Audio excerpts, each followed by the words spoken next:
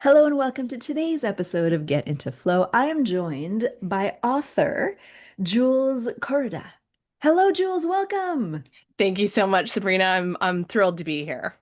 Can't I'm wait to s- get into the flow with you. exactly, we're going to get into the flow. We're going to talk about all things author related because Jules wrote a book, The Innate Self. Yeah, the innate It's a self. little That's tongue right. twister, but Yeah. I love the play on words, the innate self with 8 characteristics. We're not going to dive into them all, but she's going to give us a little overview because this book is so interesting. I can't wait to dive into it myself. But tell us, Jules, a little bit about your story, how you got here, how the book came to be. Just tell us about you. Yeah, thank you.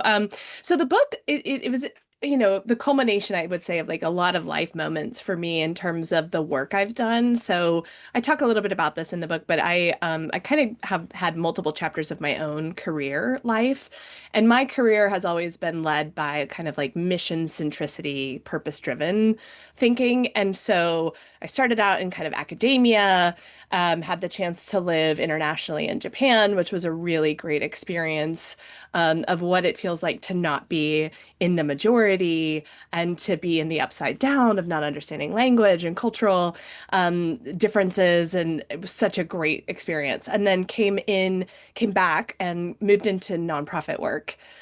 Love that work, very heartfelt work, soul-filling work, but it's easy to get burnt out doing that kind of thing. And I wanted to be a part of, I was doing refugee resettlement work, and I wanted to be a part of helping affect systems and change systems more at the genesis of them than being on the receiving end of so many of the challenges of systemic problems. So that's actually what led me to go get my master's in organizational leadership and my coaching certification. And then I made a hard pivot into corporate. And I describe myself as a corporate hippie because I still have all of those things that drive me in terms of purpose and meaning, and try to bring that into the workspace. And that has really informed why I wrote the book. One of the things I noticed as a coach, we'd be talking, as leaders, we'd be talking about performance, and we'd be talking about how you get your team to really work hard. Um, and yet, at the end of these conversations, when leaders would start to get deep and reflect, they would have these soul-filled questions like, well, what I'm doing really making a difference? Or am I really inspiring people? Or I don't feel like I'm getting to use my talents. So I don't know if I'm contributing in the right way. And it just kept coming up. And I think that's in part because we haven't had a framework to talk about that deeper, more spiritual aspect of ourselves in social situations. And so I wanted to create a framework and language to kind of take some of the maybe perceived woo-woo out of the conversation. Not that there's anything wrong with it, but like I want to make it accessible for everyone because this part of us that is being that longs for meaning and joy and purpose, it's innate in everyone.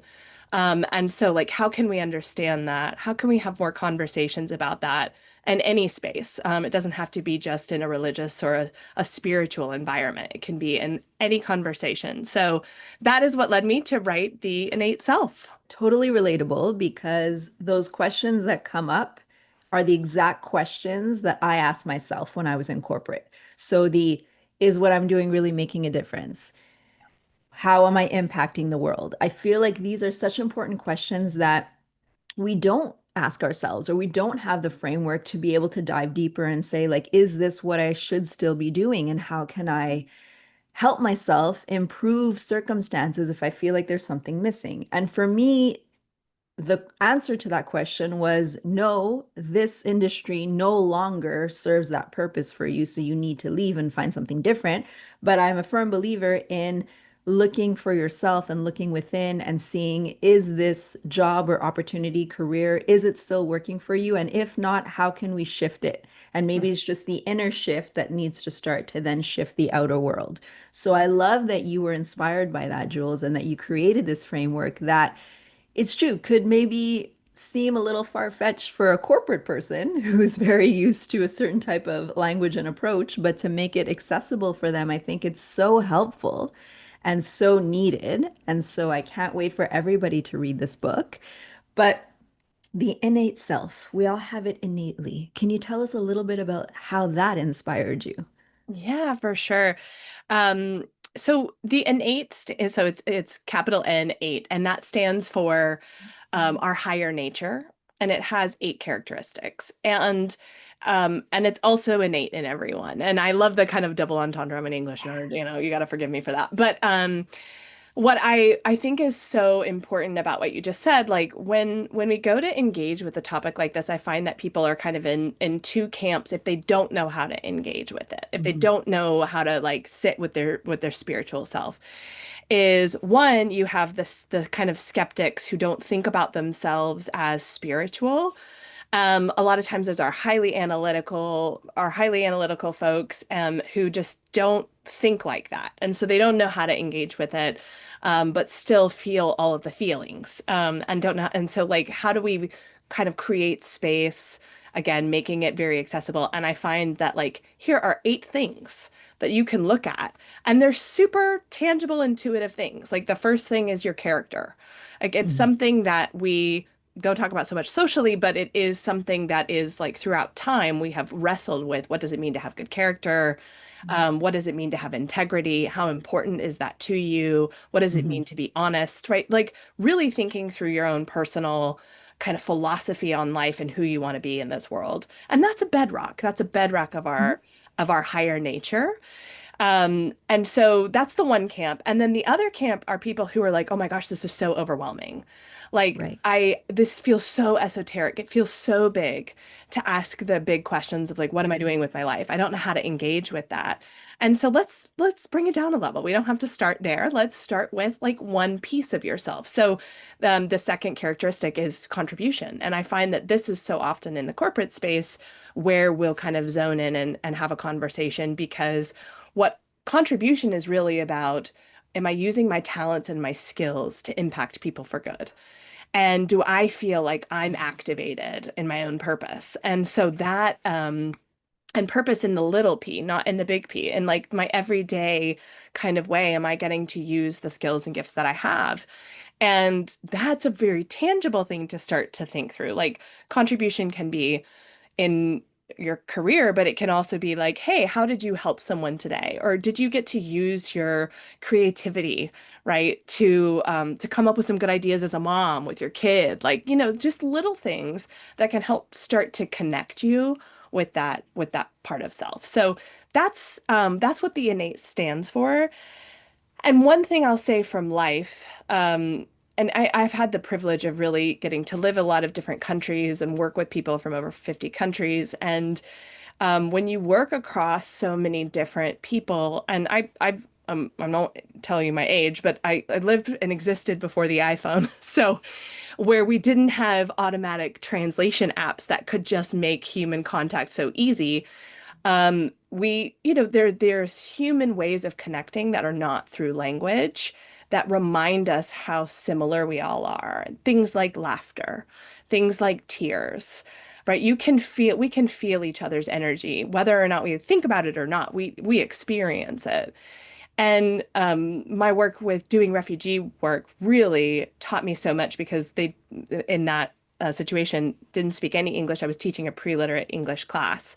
And so, like, they didn't know how to read or write in their own language. And so, everything we did in terms of communication was like body language and human emotion.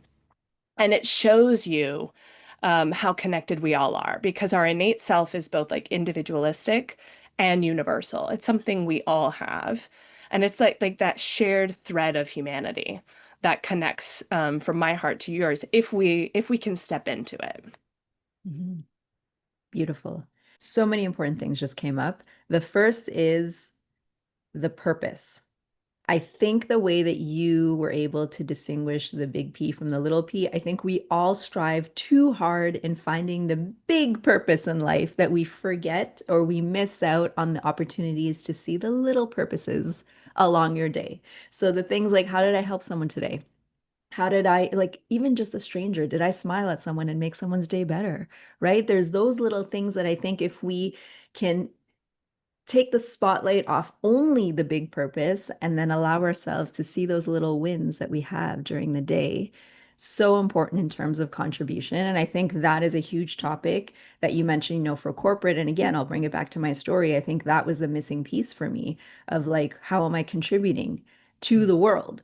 I was clear on how I was contributing to the agency and where I was working, but it was more like on a bigger scale. But I think what could have helped me is having your framework and seeing like maybe there are ways that I'm contributing in little day by day moments that I wasn't focused on. I was just looking for that big picture and it kind of derailed me. So I'm happy that this kind of framework exists that you can help people to really start small and start to appreciate the day by day. And then when it comes to connection, I mean, connection is such a huge piece of the puzzle. And if you don't feel connected in any way, that's also where you can maybe lack sense of self. But Mhm. something you mentioned as well is, how we're all connected. We're all connected by something as simple as emotion. What can we all feel that is the same? And maybe helping us out by understanding that if you're someone who's looking, if you're on that personal development journey and you're looking for ways to get connected with others, how could we start with self? Yeah, for sure. Oh my gosh, so you've also said so many things I want to jump on. So let's start with the connection piece, and then I want to go back to the meaning piece, the purpose Mhm. piece. So as we think about connection, I think like connecting with ourselves, I think can be very difficult because we're so distracted. So when I think about connecting with ourselves, it's partially presence, like how present are we being in our daily lives? How attached to our devices are we? They are little thieves of our time and our attention, and we have to be really mindful of that. And I think sitting with yourself and being present to yourself, that's where some of those bigger questions will start to arise. And those can feel scary, depending on where you are in your own personal development journey. But don't, I think you said something earlier, maybe even before we started this podcast, just around like emotions are information. So when you sit and you are silent, if you start to have these thoughts in your mind that are like, what am I doing with my life? Like, is it meaningful? Is it not? And then you start to spiral down like, oh my gosh, I'm worthless, blah, blah, blah, blah, blah. Like, there's two pieces to that. There's one, notice what emotions are arising. It's telling you something important about how you actually feel that maybe you're stuffing down. Mhm. And number two, I talk about our minds as the frenemy. Like our minds are these wonderful tools that really help us like achieve our goals and think through critical problems, but we have turned the mind into like the whole sense of our identity in a lot of ways. It's like whatever I think, therefore I am. Like we really fell in love with that idea from Descartes. And you are just your mind is just a tool, and we know it through practices like mindfulness, the monkey mind chatter, and all of those things. But there are four main kind of roommates that we hear in our minds. One is the critic, and the critic is the one that says you're not good enough. How could you have made that mistake?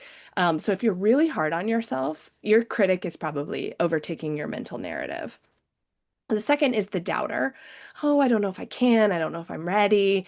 It sounds like it's there to help you, but it's really just afraid.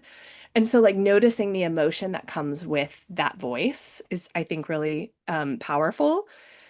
And then the third voice is the blamer. This is the one that has a very hard time taking personal responsibility. And it's like, well, I wouldn't have done this if so and so hadn't have done that. And like, we naturally like to get out of this, the hot seat. We don't like to have to feel accountable for things a lot of times. So just noticing, because a lot of times that will come with some anger or some bitterness or Mhm. resentment. And so once we can kind of think through like what's happening in my mind, what are the voices I'm listening to with what emotions arise and what's like feeding what, because they're so interconnected. But we have this other voice, and that's the voice of the encourager. And that's where like we say like, oh, I think you can do it. Like just keep trying, just keep going for it. And that's where hope, the voice of hope comes in. Faith lives in that voice. It's so important that we can tune into it. And this takes real presence. Like it takes you have to be so mindful. I mean, it's such a practice to be able to recognize these things. But I think that that's a great way of beginning the connection journey with yourself is to just be present, to notice what's happening internally, emotionally, and mentally. Mhm. I love that. So well explained. Thank you for that. Yeah, thank you. Yeah. And then can I go back to the Yeah. meaning, Absolutely. the meaning piece? Okay, Yeah. because one of the characteristics of our innate self is a seeking meaning. Like we seek meaning and purpose. But we're micro meaning makers and we're macro meaning makers. And the Mhm. micro and like humans make meaning out of things. That's just like what we do. It's how we're wired. So the expression that you have on your face right now, I make meaning out of that. Right? You nodding. I'm like, okay, she gets it. I make meaning out of that. When you don't get that text message response right after you've sent a spicy text, you make meaning out of that pause, right? Like we all do. That's micro meaning. We're interpreting what's happening in our daily lives because we need to understand it. That's our minds trying to make sense Mhm. of the world around us. And Mhm. then we have macro meaning, and macro meaning is the big purpose questions. It's what am I doing with my life? Am I using my skills? Do I where can I use my creativity? How am I contributing to society? Am I making a positive impact? And just knowing that as humans, we need to make meaning out of things can help us understand where we're making a mountain out of a molehill or a molehill out of a mountain, right? And that's one of those beautiful things that humans are capable of is seeing the forest from the trees. But it does take like, again, presence and practice and really sorting and thinking through it. But I think we just have to embrace the fact that we're meaning makers Mhm. and not fight that, but also recognize like we make meaning out of things that we shouldn't, or that are not meaningful. We add significance to it. And so just paying attention to that, because we can make things heavier than they need to be. You got to add a little levity to life, you know? So yeah, that's what I want to say about meaning. Yeah, for sure. I mean, we can definitely make mountains out of molehills. I think a lot of us are guilty of that. But something you said that's really important when it comes to like just accepting that that's what it is and that's what our mind is trying to do and that's how we're wired. I think the resistance piece, like when we're trying to resist that fact about ourselves, it just makes it harder. Yeah, So to be able to lean into the resistance and welcome it and be like, oh, there's my brain making meaning again and making light of it and just being like, here it is, the brain just trying to interpret and understand so that I can live in the world. It's a survival tactic. absolutely. And one of the things I got that was so valuable to me in my coaching training was this idea of being the observer. It's like, Hmm. how can you step out of your thoughts and like notice your thoughts, right? And part of how I think and this again led me to write the book, I think we think of ourselves as three parts. We think of ourselves as mind, as body, and emotion. And Hmm. we forget this kind of spiritual being aspect of self. And that fourth piece to me is a part of what we've got to bring into the conversation because we're more than just our mind, our body, and our emotions. We are also like beings that do look for joy. And we do look for like where can I be creative? And creativity is an expression to me of it's like one of those human things. Like we are born creators. We do is create all our lives. And we create our thoughts, we create our literal lives, we create our careers, we create our families. And so there's so much power in that if we engage with it in a deep way of saying like I have so much opportunity to craft my circumstances. And we're not that you can craft all of our circumstances. A lot of people Hmm. are put in really, really hard circumstances. But what do you make out of that? Like what and where can you add some creativity to that. And creativity, I think, is like where we find some spice in life, some fun and joy. And that's a very human thing. That's a very innately human thing to want to create. We don't see it. We don't see it across the animal kingdom. And so I think it's just really like wrestling with this other aspect of us that we've kind of left to the side in the social conversation around personal development. It's a missing piece, I think, that people are longing for. Hmm. And also empowering people to be able to create within the realm of possibility or to dream big and to just go for it, right? So it's that Absolutely. empowering piece that we often forget that we still do have the opportunity to choose. Mhm. And even if all circumstances are hard, you can choose your hard. You can Yeah. still choose which way you want to move into. So I think this is helpful. And then that spiritual piece, it's true. I feel like it's either forgotten or it's emphasized too much. Like there's Hmm. extremes of it, right? So Hmm. for you, what do you feel is the perfect balance when it comes to addressing that piece along with the other parts of our existence and human? Yeah, I think it deserves as much space as we give our emotions and our minds. And but I think they're all it's all a part of the whole. I don't think any one part is greater than the rest. I think they work best together. But I think that when we don't give space or oxygen to that innate piece of us, it actually causes our minds and our emotions to get kind of out of whack. It's like when you're not working out and your body starts to have all of these symptoms, and then your mind, your emotions, they get trapped in your body. Like it's all an ecosystem. We have to see how interconnected we all are as like systems. And that piece of us keeps us more balanced. It keeps us happier. Hmm. It keeps us more at peace, and contented. And so, you know, it's a really important part as I think about what's going on around like depression, anxiety. I think that's because we're spending too much time focusing on the mind and Yeah. not enough time focused on our being. Hmm. And technology has not helped us with that. Technology perpetuates some of that.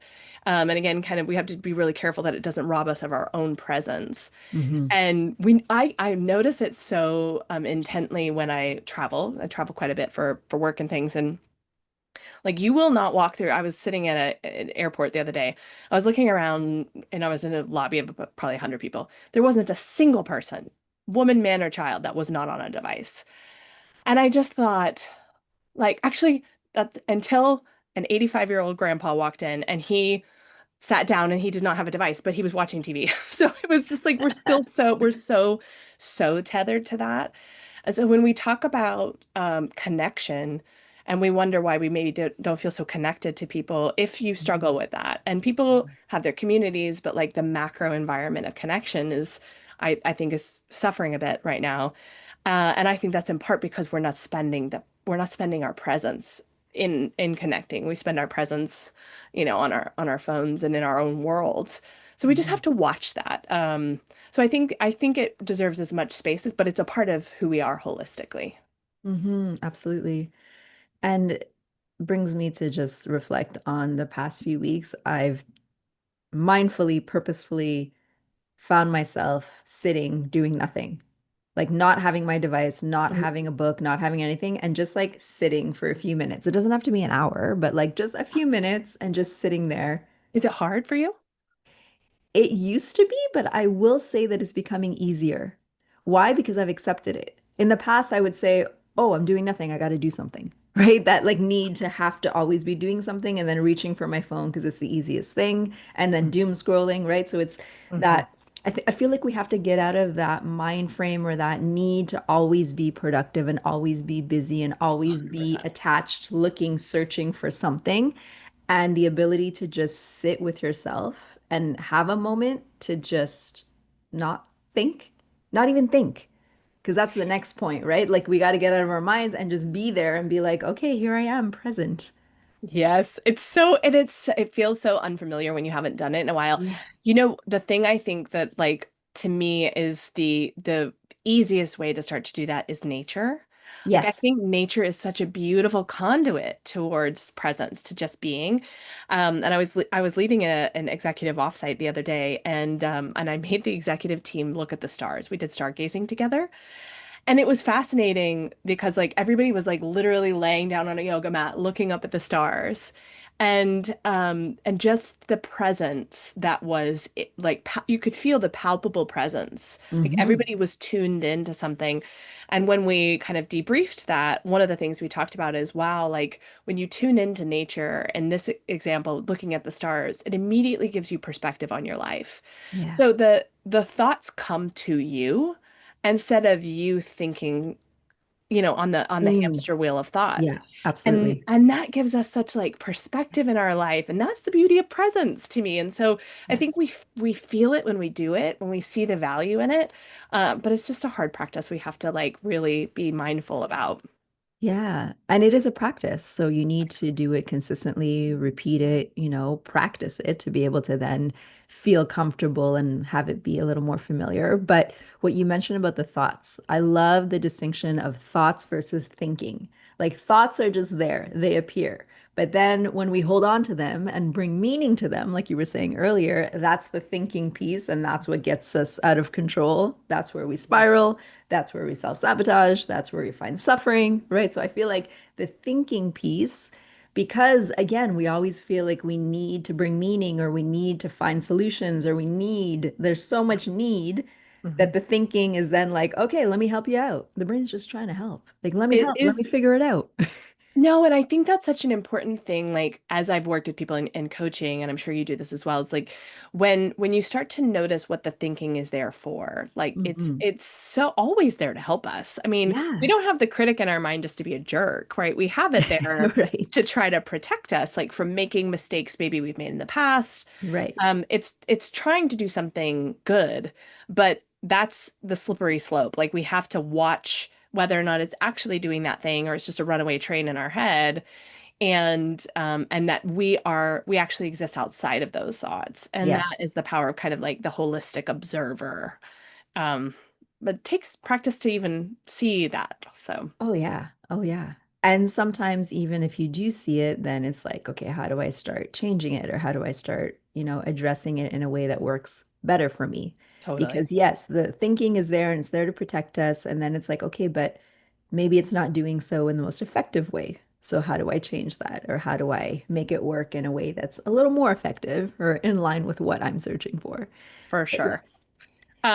Okay, so I want to talk about creativity with you because Yes, let's like do it. your podcast is about getting into the flow, and I Yes. think creativity is one of those innate characteristics that we have where humans love to create. I talked about that a second ago. Like we're all born creators, but it's so interesting because the ideas we have of ourselves around being creative, well, we get so Mhm. judgy about that. We get like, oh wait, hold on, I'm not creative. I don't like I can't sit, I don't paint, I don't do that. You know, that whole Picasso thing, it's above me or below me or whatever it is.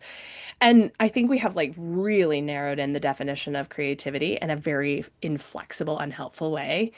And so one of the things that I do in the book is I've created like a quiz to help you understand your type of creativity because there's like four different types of creatives. So a lot of times the definition we have in our mind is the definition of the artistic creative person. It's like the Yeah. person that sings and dances and does the creative arts. Beautiful expression of humanity and creativity. But that is not the only definition of creativity. And so we also have like functional creatives. These are the people like engineers are functionally creative. They create the world as it works, as it moves. People who design railroad systems and roads and like buildings. I mean, those are functional creatives. They literally figure out how to make our world work better and are constantly creating things. And then we have innovators, and innovators are the people who think beyond what's possible today that help us see the world as it could be. I think of solar, like everybody who's been in the solar generation movement and um, Elon and what he's tried to do, although we won't talk so much about Elon, but you know what I mean, right? In Like theory, just yeah. being innovative and thinking about what could exist. AI Mhm. is a Mhm. huge movement right now in the innovation creativity space. And then you have cognitive creatives, and cognitive creatives are they're idea people. And it can come out through spoken word, it can come out through writing, it can come out through philosophy. Like it's the people who come up with theories and hypotheses and ideas. But you fall somewhere in the spectrum of those four different types. And some of us have multiple types, some of us have one type, but all of us have something. And so I think just starting to like, oh, you know what? I don't think about like building Legos with my kid as being creative, but you are actually literally creating something.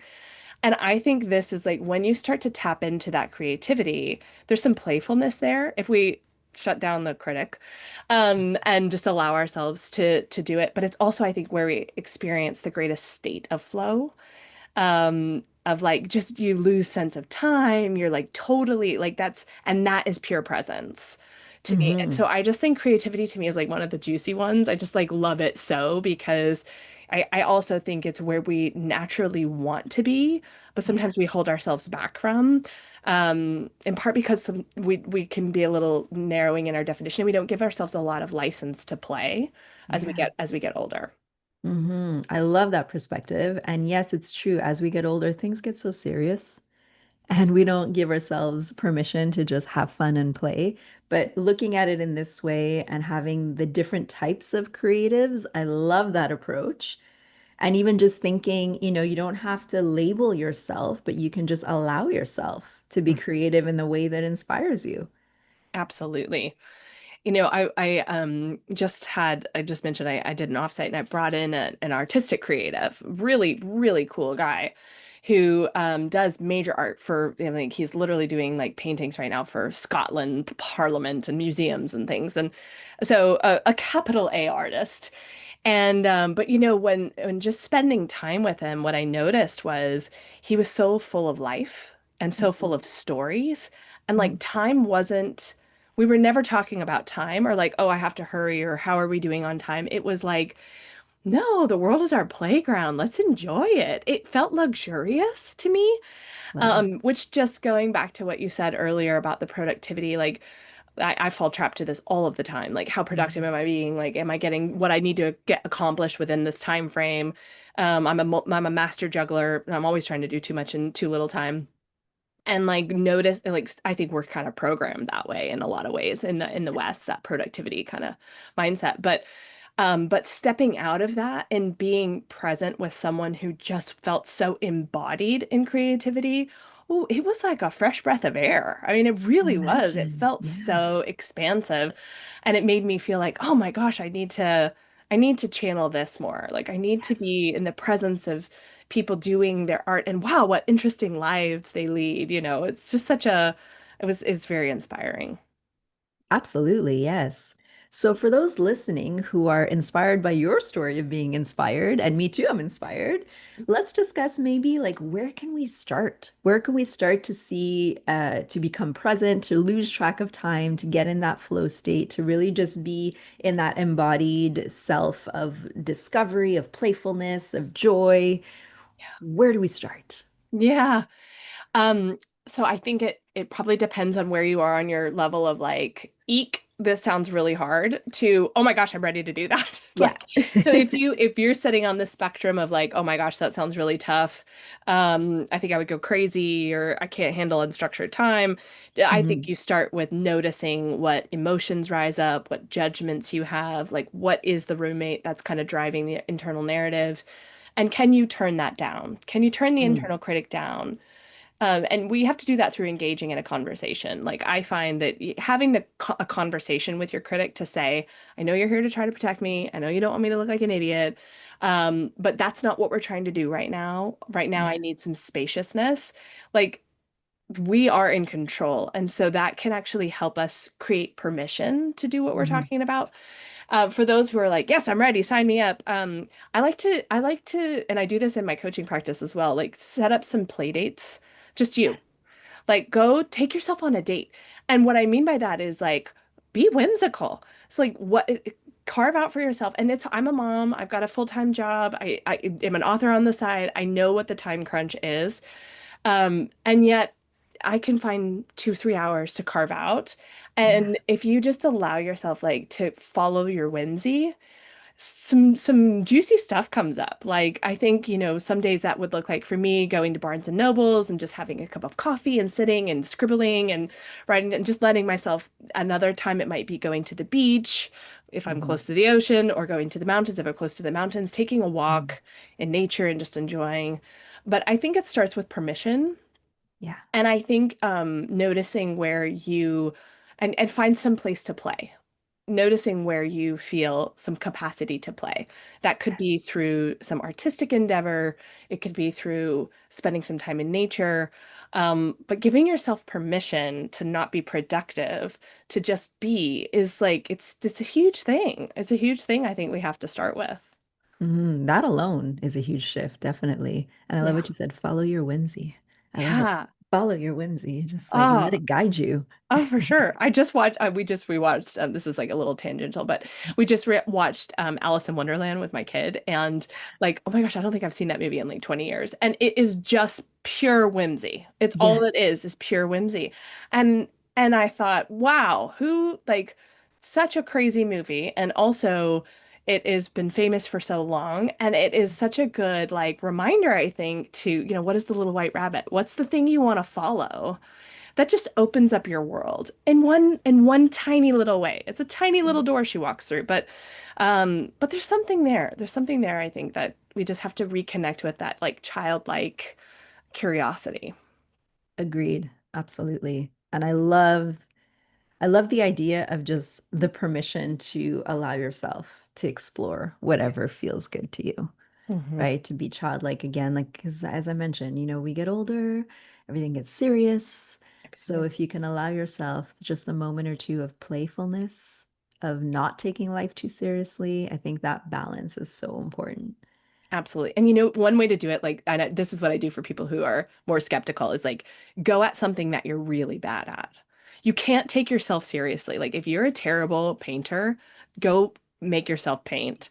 I did a pottery thing with some folks who were like, I mean, they were just like crushing this, like, I will control the art, and, like, but you can't take yourself too seriously if you Yeah. already know that it's not your strength. It Yeah. just, all you're going to do is laugh at yourself if you allow yourself, Yes. that space. So, perfectionist listening, fellow Yeah. perfectionists, I know this sounds scary because for me too, I went painting and I was like, it has to be perfect. But so there is an opportunity here for you to let go. And for me, it was a big practice. And I think it was very helpful and showed me that I need to do it more often to not have it be perfect when I'm even trying something for the first time.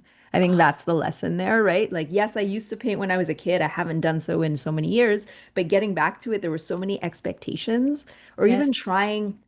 I say the story often. Yes, I'm a dancer, but trying a new dance class for the first time, I expected myself to be perfect. And when I was not, because that's the reality, then I was super hard on myself Yep. because of that perfectionist tendencies. So if we can learn to let go of expectations, of attachment to outcome, and I think that is true for everything in life, we can find the joy and the pleasure in just the process and just learning and just being somewhere where you don't have to be perfect and Hmm. finding that perfection in the imperfection.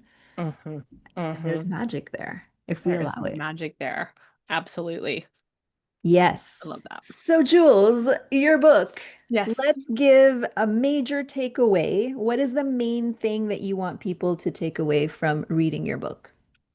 Yeah. So, the end of my book, I talk about how we all have a light within us, and that light, we all want that light to shine in some capacity. And I don't mean that in like a heady way. I mean that in like we want to be seen, we want to be Mhm. experienced, we want to be impactful, we want to have meaning and joy.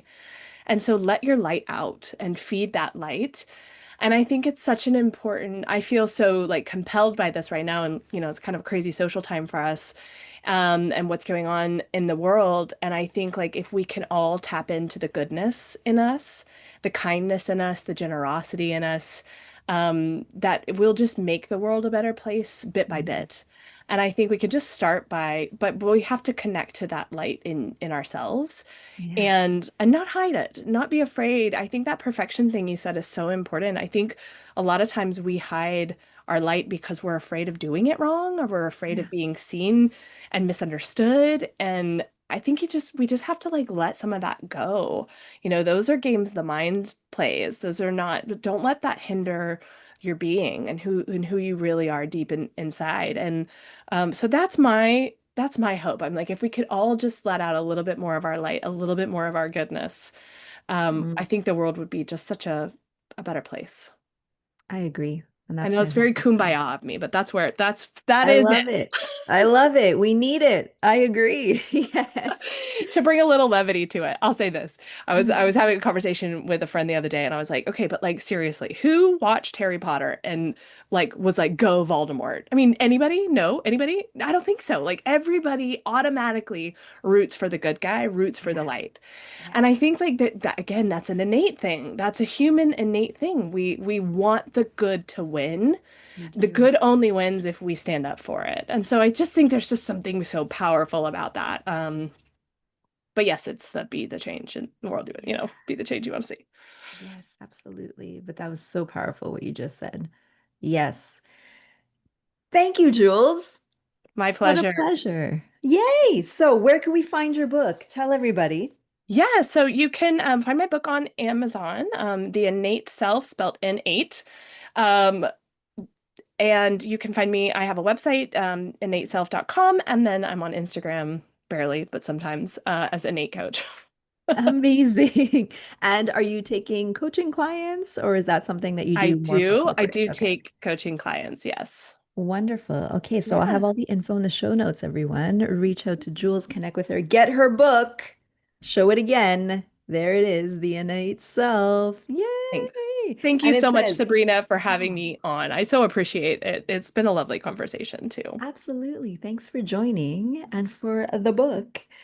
You're more than your mind, body, and emotions. Let's get into it. So, if you read the book, comment your best part, Please, whichever characteristic you feel resonated with you most. There are 8 of them. There's so much inspiration, tools, actionable items in the book for you to explore and discover. But let us know what you thought.